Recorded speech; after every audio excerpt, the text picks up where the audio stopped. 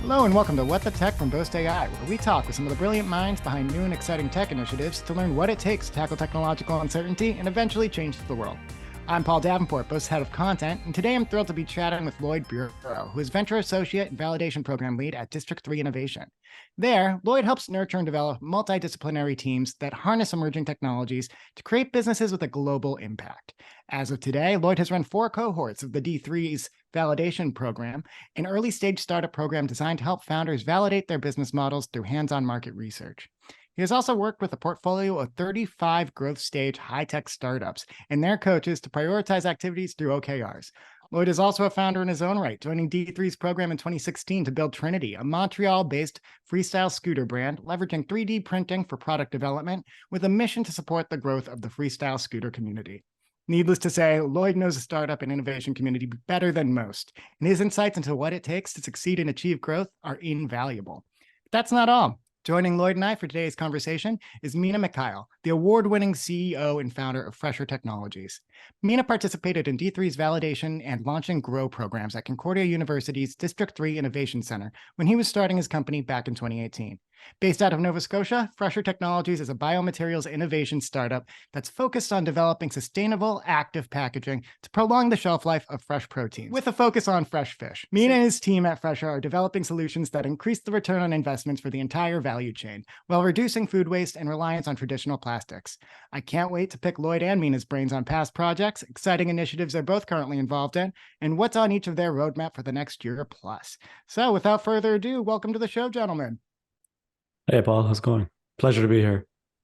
Pleasure to be here as well. Thank you, Paul. Awesome. I'm so happy to have you guys. So I'm going to kick it off. Lloyd, I'll start with you. Could you tell our audience a little bit about your background? I know I gave a primer here at the top, but where are you based? Why are you based there? And why did you get involved in the startup and accelerator space in the first place? So I'm based in Montreal, and I've been here for about 12 years now. So I moved to Montreal from Quebec City to play football at Vanier College at the time. And then I went on to study supply chain operations management at Concordia. In my background, so I've been an entrepreneur for about 15 years now. And I started my first company, QC Scooters, back in 2008. And this was the first freestyle scooter company in Canada at the time. I myself was a freestyle scooter rider and one of the first in the country. And like many in this very small community, I kept breaking my parts since they weren't designed to be ridden in a skate park or in the streets. So it was a big challenge for us. So we spent a lot of time modifying our scooters and finding new ways to make them stronger. I started to realize some patterns and designed a few products that I then managed to commercialize and get manufactured locally. Then our market started to grow. So I started to import all of the top brands around the world and started selling them in Canada and all around the world. I also organized dozens of freestyle scooter competitions to promote the sport and ensure its growth. And now it's really grown on the world stage. We have international competitions and associations. So it's been great to be a part of this journey. So I started this first company, and then 8 years later in 2016, I had the opportunity to sell the company to a strategic acquirer, but it wasn't long until I got roped back into entrepreneurship. So later that year, I joined forces with 3 partners to found TRYNYTY. And as you mentioned earlier, this was one of the first freestyle scooter brands to rely almost exclusively on 3D printing for our R&D processes. So we also received the support of District 3 early on in our journey. They provided us with one-on-one coaching and access to free 3D printing facilities and a design lab, which really helped us hone in our processes. And to this day, we've been able to achieve some significant international success, but we're still not at a stage where I could say we can be full-time on this. It's still a passion project. So following my studies, I worked in management consulting and B2B SaaS before I had the opportunity to join District 3 team in 2022. So why join the startup ecosystem? Well, I clearly always had a passion for entrepreneurship and technology. And this felt like a natural place for me to help other founders while exploring the ecosystem that we have here in Quebec and Canada. Now, Mina, I'd love to know, same question for you. Where are you based? How did you get into the startup scene? And what are some of your passions that got you into kind of working on the tech that you're working on today? Thanks, Paul. So we're based in Nova Scotia, so the East Coast here in Canada. We've been here for a few years now. We moved here in end of 2020. So just at the height of the pandemic. Before that, we were based in Montreal. That's how I got involved with District 3. I'm an engineer by training. I went and I did a master's and a PhD at McGill University, focused on the use of biomaterials in order to solve complex biological problems. My PhD, which will seem far removed from what I'm doing now, but it isn't really. But my PhD was mainly around developing biomaterials to try to regenerate some of the lost function after a spinal cord injury. So it was a medically focused problem that I was trying to use biomaterials to solve. Right after I finished my PhD, I knew I didn't want to go the academia route. I loved business. I had the entrepreneurial bug. I actually ran a tutoring company while I was doing my PhD, where I just hired a bunch of tutors and I matched them up with people who needed tutoring, and I made a cut. So it was my first kind of entrepreneurial experience, if you will. After that, I worked at the Shriners Hospital for Children as a project manager, innovation lead, where I started and ran 11 innovation projects within the hospital. And that was very exciting times. But I knew that I wanted to start my own company. So that's actually what got me started with District 3. We did the validation program, which I'm sure we're going to talk about in a bit. But that was really an eye-opener, and I'm a big believer of that program. Really, like I'm an evangelist for that program. And since then we worked on growing our company, and we currently develop the focus of the company is developing sustainable active packaging, as you mentioned, in order to extend the shelf life of fresh proteins. So I took the biomaterials expertise that I had developed in my graduate studies, and I've applied it to a problem in the food industry, something I'm really passionate about. So that's where we're based, Nova Scotia, and I'm sure I'm going to tell you more as we go on. I love for both of you what a diverse kind of background you have, in that it wasn't just straight up, okay, we want to start a business. What's the business going to be? No, we got passions, and then we're going to get the resources we need and the community we need to make that into something that could kind of scratch that entrepreneurial itch that you discovered you had. And like you said, Mina, you're an evangelist for D3. I think you guys are proof in practice of what success at D3 looks like. Lloyd, I'd love to talk to you a little bit more too about what the program is like and kind of what you've been working on over there as a lead of validation for the Innovation Center. So I'll start by telling you a little bit more about District 3 at a high level. So first of all, District 3 stands for three things: innovation, collaboration, and entrepreneurship. And this organization was founded within Concordia University in 2013, actually, by Xavier Henri Hervé, who is still involved in the Innovation Hub today. And Concordia has always thrived to be a forward-thinking university. So D3 was really a result of one of those initiatives. And proud to say that 10 years later, we're still helping founders from Quebec and Canada on their journey. So it's been awesome to be around this ecosystem.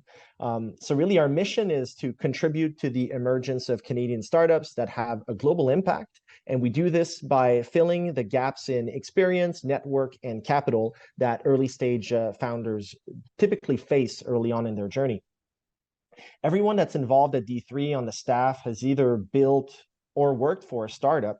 So we definitely bring that experience when we're working with our teams. We're all very passionate about entrepreneurship, and I think that's what makes these incubators and these places such great places to build companies. We're a not-for-profit organization. We take no equity. We're really a part of Concordia and part of the desire of this university to have an impact on the community and on entrepreneurship. So now you know a little bit more about D3 at a high level. I'll tell you more about validation. So validation is really District 3's flagship program. And it's a 10-week experiential learning program for early stage startup founders, those that have an idea, a concept, perhaps a PhD research that they want to find a way to commercialize. But it's really designed for those that have the ability to build, but are really at the idea stage. And so the objective of the validation program is to validate the desirability, feasibility, and viability of their business models.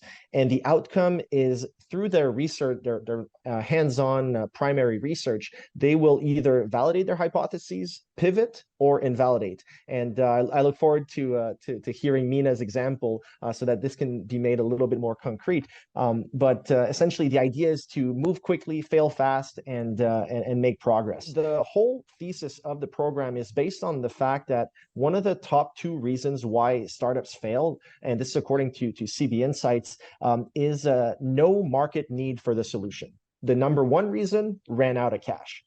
Usually those 2 are quite intimately related. And so the validation program is designed to de-risk the business model by attacking that no market need. We help our founders confirm the market need for their solutions so that they can move forward with confidence once they start building and investing and spending all this time and resources in developing their solutions. So the way we do this is we teach our founders how to reach out to different stakeholders in their industries to conduct unbiased discovery interviews to validate or invalidate their hypotheses that they've built using the business model canvas framework.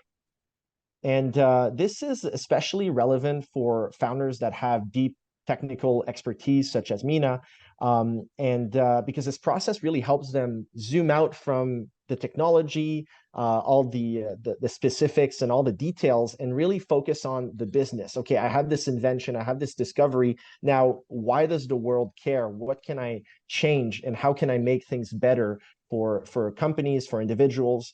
And so really contextualizing the technology to a real problem. So a little bit more about the process. Every founder is going to conduct 10 interviews per week, and they're going to bring the insights of those interviews and how they've linked those to different hypotheses, whether to validate or invalidate them, so that they can generate new hypotheses and iterate constantly week by week. And every time they bring these insights, they're going to get some feedback from coaches that have done this process themselves. And so they can provide feedback on the methodology, give them some insights and ideas. And sometimes I jump in as well to provide some ideas. And we've had some pretty cool aha moments in the past. And every cohort is split into 2 groups, one in high tech and one in life sciences for biotech and healthcare. And they have their respective coaches that are specialized in those areas to provide feedback on the teams. So that's a little bit more. There's a big community aspect to this, like we were talking about earlier. These cohorts are extremely diverse, and the participants really help each other out.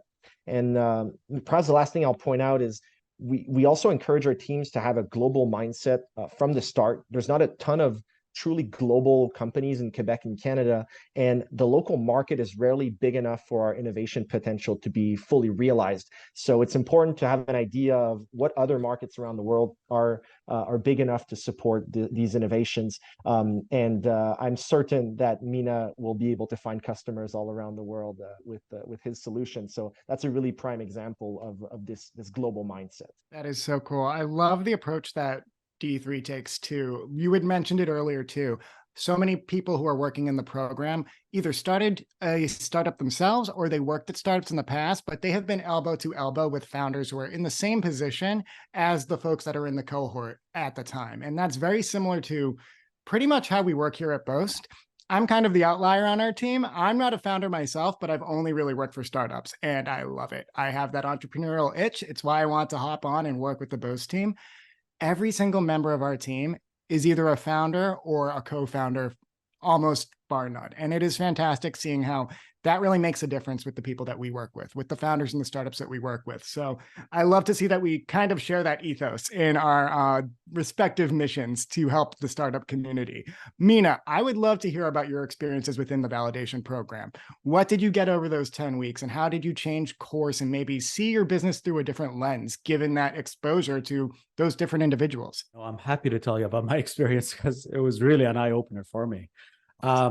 Let me just give you a bit of a context.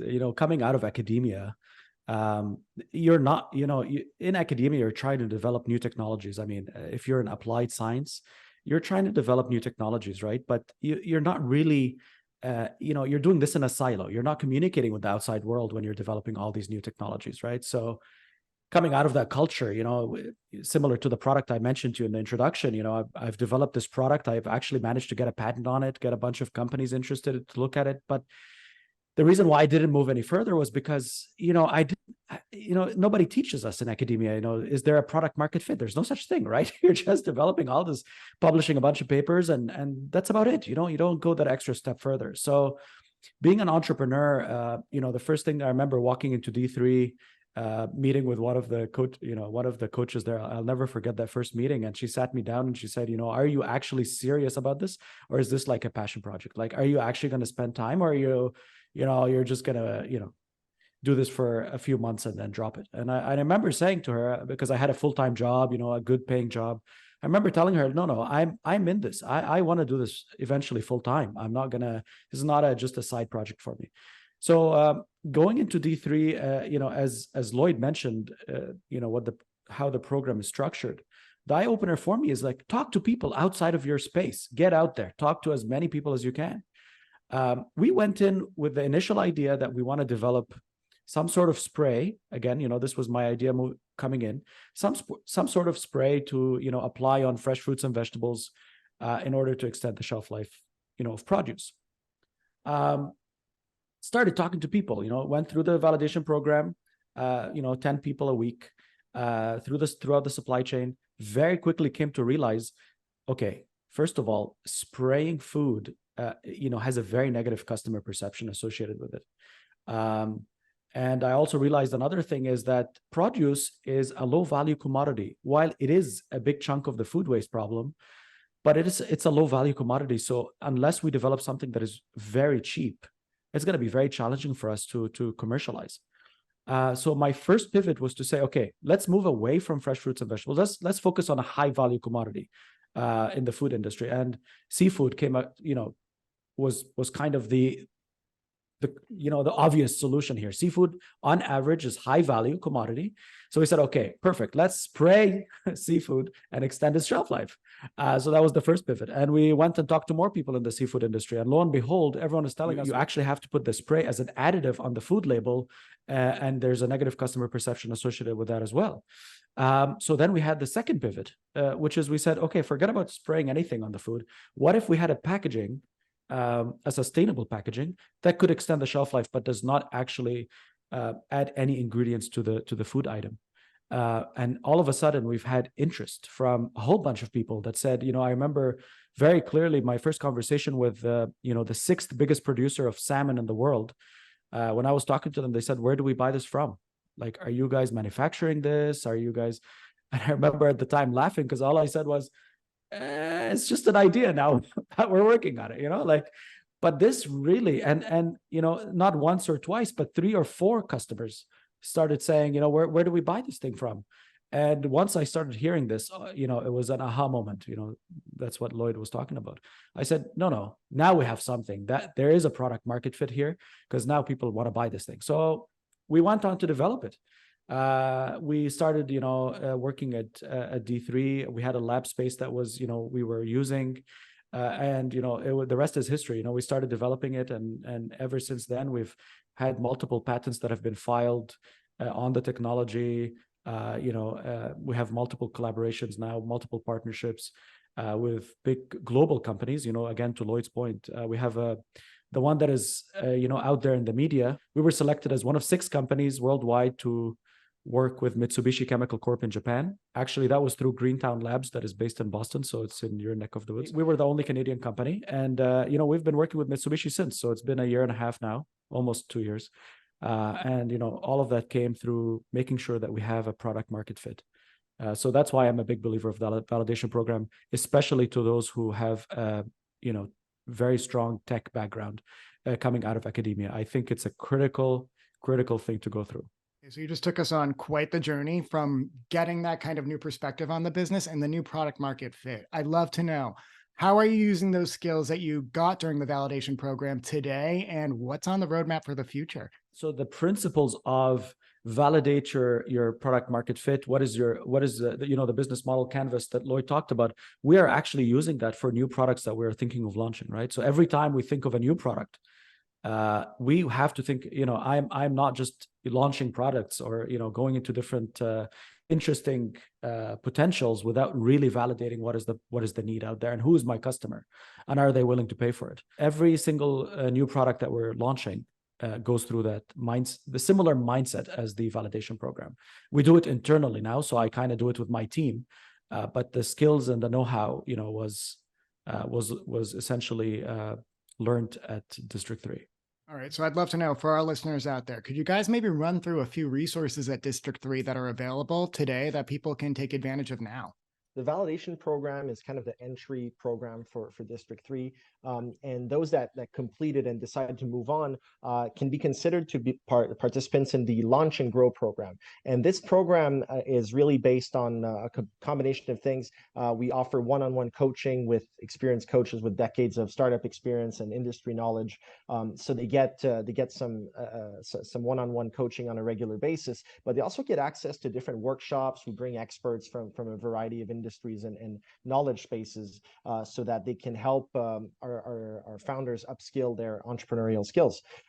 So that's one other thing that we do. We also organize some different events to create connections. I said earlier, the network gap is also a challenge for startups and founders.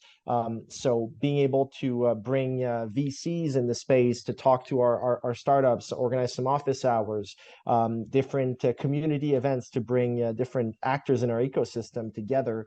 We also go on different missions all around the world. We're going with a delegation to Lisbon at Web Summit in November. We also went to Toronto earlier this year. We were at the Health Conference in Las Vegas last week. So we try to have a global presence and accompany our startups in those events.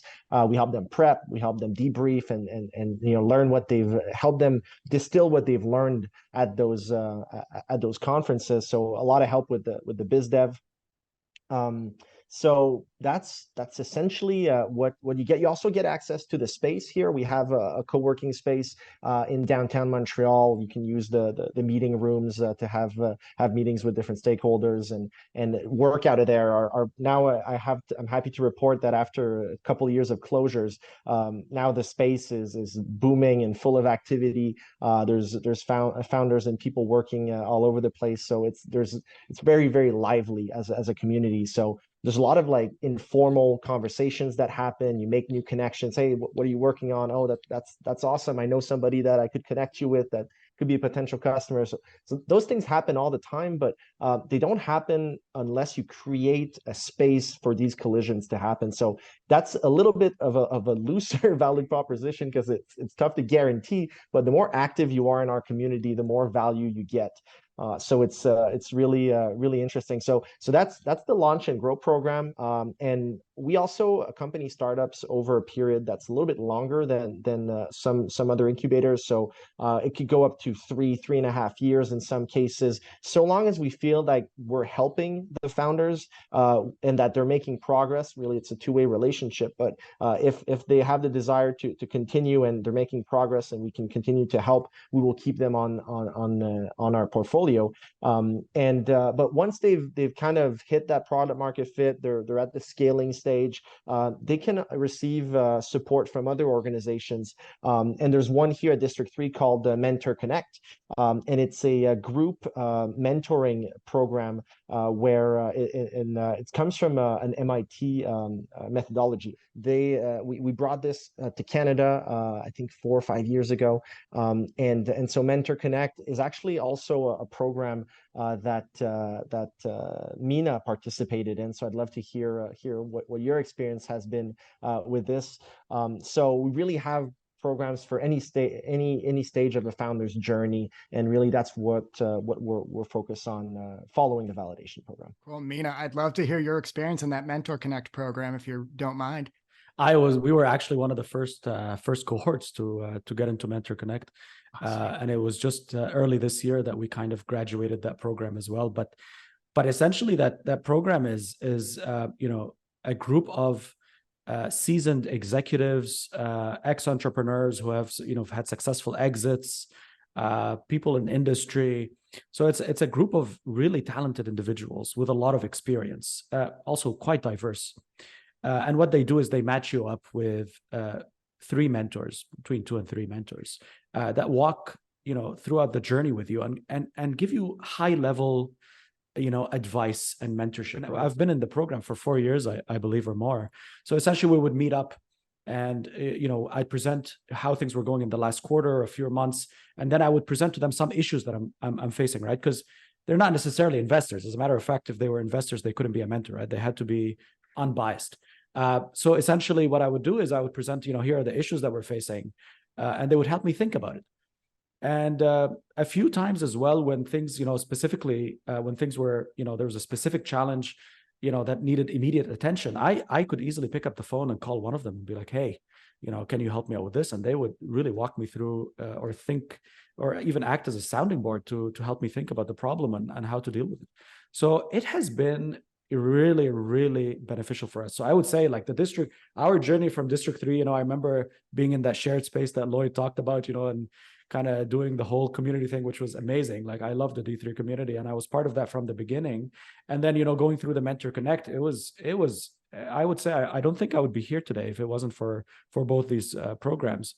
So Mentor Connect has been, I would say, critical for us. And not only actually the advice and kind of call up the mentor if you have something critical going on, but also for connections. I remember there was a few instances that the mentors put me in touch with people who became investors or who became, put me in touch with companies that eventually ended up partnering with us. So yeah, I think the Mentor Connect program is a great program, and I really benefited immensely from it. So my final question's for Lloyd, but I'd love to share it with everybody here.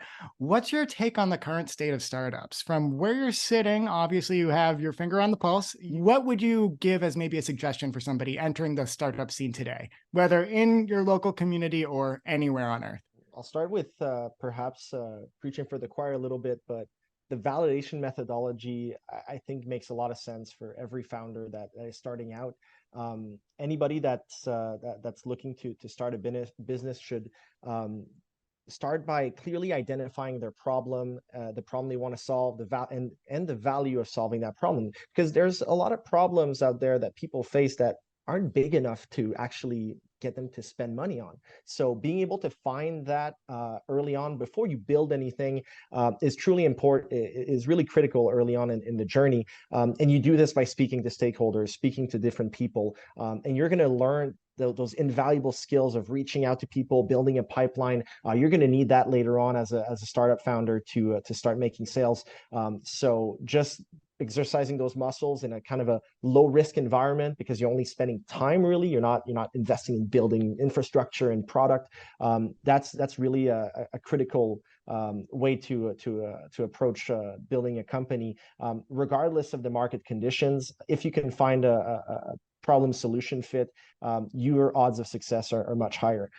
We have to keep in mind, like, we're in the business of failure here. Most startups will not succeed. The idea is to de-risk all along the way everything that you can. You can be at the mercy of a lot of things that you can't predict. So being able to react quickly, super important. And maybe another thing, so in traditional education, we spend a lot of time working through theory, building plans, and different assets from traditional business schools. But you really won't make any progress on your business if you just take that approach by itself. You need to get out of the building and speak to people. And once you know there's a market need, you can learn the rest as you go. You don't necessarily need to have an MBA to become a founder. Although there's so many resources available for free to learn how to build financial models, learn how to run a successful fundraising journey. You can get access to coaches. Focus on finding the right problem and that matches your ability to provide a solution, and the rest you can learn as you go.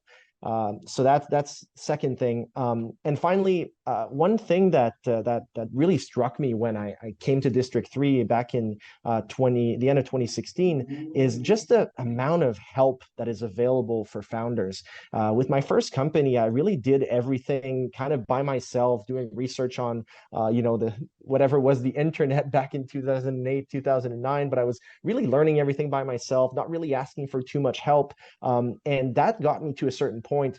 But I was really, with my second business, TRYNYTY, I really wanted to see, okay, what can we accomplish if we were to look around and leverage all of the help that is available to us? And so I was kind of blown away to see, all these, even at the time, District 3 was pretty innovative, but having something like this at my university was really eye-opening. So, I realized, okay, I have access to space for free. I can get access to a design lab, access to machinery, specialized equipment. It was really eye-opening. And then they would also help us with matching with different grant opportunities. That's also something that we do here. We provide support letters and we review grant applications to make sure they're likely to be successful. So we accompany them with non-dilutive funding. Make sure you maximize the ecosystem support that is available. There are so many different programs, and I haven't even started to talk about all the non-dilutive funding opportunities that are available, especially in Quebec and Canada. It's especially relevant to maximize those opportunities. There's shred credits as a shameless plug for Boast here, but there's a lot of different other programs in Canada that you can benefit from to fund yourself early on, and it's especially relevant in a climate where it's increasingly difficult to do equity fundraising. And so when you raise a round, one of the first questions you'll be asked by investors is, what have you raised in terms of non-dilutive funding? And if you haven't done your homework and maximized that, they're going to send you back and say, come back to us when you've gotten all the free money that you can. Yes, it's a lot of work going through all the applications, revisions, and all that, but you're going to get some value out of it, and it's really going to help you out. So make sure that you find the help. It's out there. There's so many people in organizations, in government and universities, and even private organizations that are focused on helping startups succeed. So make sure you go and get the help. Alone we go fast, together we go far. Oh, Lloyd, I couldn't have said it better myself. You put that beautifully. And even beyond Shred, when we're talking about fundraising too, Quebec specifically has such a unique structure for supporting small businesses. If you graduate from the Shred program, that's when you can start exploring CDAE and bringing that into what you're doing. There's just so many options for Canadian startups on the federal and provincial level that you really got to take advantage of it if you're a founder. It's on the table there. If it's a matter of not wanting to do the work, like you said, there are partners there. It's not that you don't want to do the work, but it is just a lot of work to do. And when you're focused on driving innovation, building your product, building your dream, you want a partner who can help take kind of the heavy lifting and burden of getting you that capital off the plate for you in some capacity so that you can really focus on driving that change. And again, working with partners in the ecosystem to really find that market fit.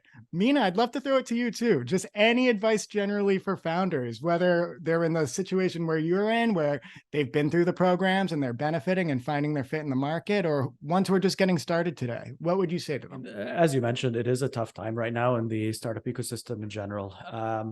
But there's a few things that I think, I wouldn't say advice because I'm also learning on the go. So my 2 cents to share with other founders is, I'm not going to repeat. Lloyd said a lot of very important points. I think they're all extremely important. Use your network, get as much non-dilutive capital as you can. I would say control your burn rate. Make sure that you have your pulse on the burn rate at all times. You have to I feel like this is a time where, we have to live out this phase. We kind of have to stretch ourselves a bit in order to make sure that we get out the other end. I think also another important thing for founders is self-motivation. I mean, it's during these tough times, it's very easy to feel, like, do I really want to go through? I mean, founders, for myself, for example, we started in 2018. We've already gone through a bunch of things, including COVID. And so, you have all this headwind and, you're trying to survive all of these things. And I feel one of the things that motivates me is why. And I believe, like, I really like Simon Sinek's, like start with why. And I think it's important for founders to start with why, because the why really drives, the purpose really drives. The purpose is what makes you wake up in the morning and want to do this again, and keep pushing. And grit is extremely important during, times when things are not necessarily looking so great on the outside. But I do believe that if you have a good product market fit, if you've managed to get some investors interested and you have partnerships, and customers that are willing to buy this product or are buying this product, I think it's just a matter of waiting this thing out, this difficult time we're in. And, don't drop the ball too early. Don't sell too early. But wait it out because it will pass like everything else. And just make sure you work on yourself as well as a leader and as the founder and CEO of the company. Make sure you're self-motivated and take care of yourself as well. Yeah, that makes perfect sense. Like Lloyd said earlier too, it's the business of failure. That's kind of what it is being in startups. And it's learning to have the grit, like you mentioned, Mina, to see your passion through, see your vision through. It's going to be tough. You need that entrepreneurial spirit. Even in the best of times, it's never easy. So have that grit. I think that's a beautiful note to leave it on. Gentlemen, I cannot thank you enough for joining me today. Thank you so much, Mina, and thank you so much, Lloyd. We will have links to all of the programs that we talked about here, as well as more information about District 3 in the show notes, as well as on the blog. But again, guys, thank you for hopping on the show. Thanks, Paul. It was a pleasure. Pleasure to do this, Paul. Thank you again. Wonderful. Thank you so much.